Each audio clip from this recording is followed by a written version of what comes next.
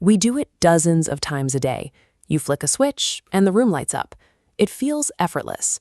But figuring out exactly what to charge you for that split second of light is one of the most complex economic puzzles in the world. Every time you pay your electric bill, you are financing a massive, hidden supply chain that runs 24 hours a day. To keep the lights on, the utility company has to manage 3 specific categories of expenses. First, there are the running costs. These are the literal ingredients needed to create power, like the fuel burned in a generator or the maintenance required to keep solar panels clean. Then there is the infrastructure, the capital costs. Moving power from a station to your living room requires a massive physical highway of copper wire, giant substations, and these enormous steel transmission towers. Finally, there are the day-to-day operations. This is the human labor required to fix lines after a storm, the meters tracking your usage, and the billing systems that send out your statement. A tariff is simply the pricing menu the power company uses to recover these 3 costs. The goal is to collect enough to keep the grid healthy, while making sure the price is affordable enough for everyone to participate.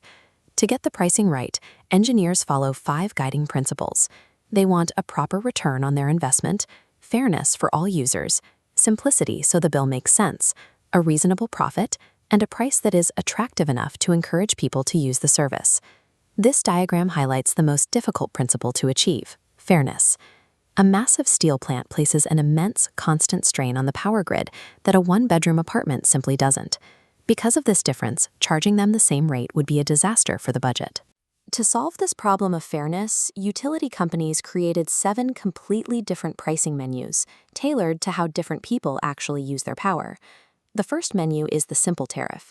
This is a fixed price for every single unit of energy you use, like a vending machine where every item costs exactly $1. It is easy to understand, but offers no break to people buying in massive bulk. The second is the flat rate tariff. This is like a movie theater, where adults pay one price and children pay another.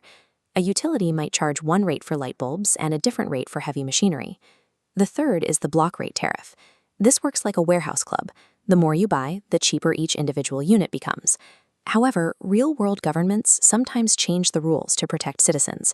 In Egypt, they intentionally reverse this logic to ensure that basic electricity remains a human right for every single household. This chart shows how the Egyptian bill works. The first blocks of power are sold at a very low, subsidized price to help low-income families. But as a household uses more power, the price steps up. Using electricity for luxury items becomes much more expensive, which helps pay for the cheaper power used by everyone else. These 3 menus protect everyday families, but they don't account for the unique, overwhelming demands that a heavy factory places on the power grid. Massive factories require so much power that the utility company has to build dedicated transformers and thicker power lines just to serve them. The factory pays for that reserved capacity even when their machines are turned off. This leads to the 2-part tariff. Think of this as a gym membership. You pay a fixed demand charge every month just to have access to the heavy equipment, and then a separate running charge for the actual energy you use while you're there. The maximum demand tariff is similar, but it uses a specialized meter to find the single moment during the month when the factory drew its highest spike of power. That peak moment determines their base fee for the whole month. Then there is the 3-part tariff.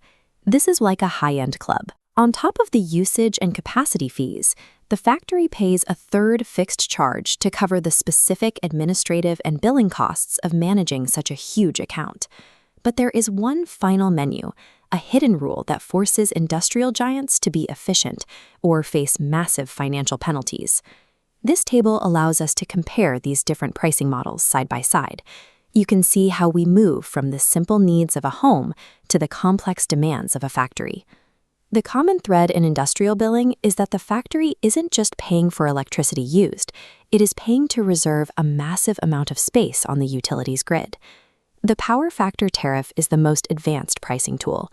Heavy machinery, like this spinning industrial turbine, draws power in a much less efficient way than your light bulbs at home. Imagine the factory has to rent a moving truck for its electricity. This truck represents the total capacity the grid has to send them. But if their machines are inefficient, the useful work they get only fills up a tiny corner of the truck. The rest is just wasted space. Power companies hate this wasted space because it clogs up the grid. To discourage it, they charge the factory for the size of the entire truck, not just the boxes inside. This low power factor can double or triple a factory's bill. To fix this, factories install capacitor banks. You can think of these as a professional packing crew for electricity. These devices reorganize the electricity as it enters the factory. By packing the power tightly, the factory can fit all their useful work into a much smaller truck. The wasted space disappears, and the utility company removes the heavy penalty. For a large industrial site, this simple efficiency upgrade can save them hundreds of thousands of dollars every year. These tariffs are invisible economic tools, engineered to keep the global power grid stable. They force big industry to be efficient and ensure that for everyone else, the light always comes on with a simple flip of a switch.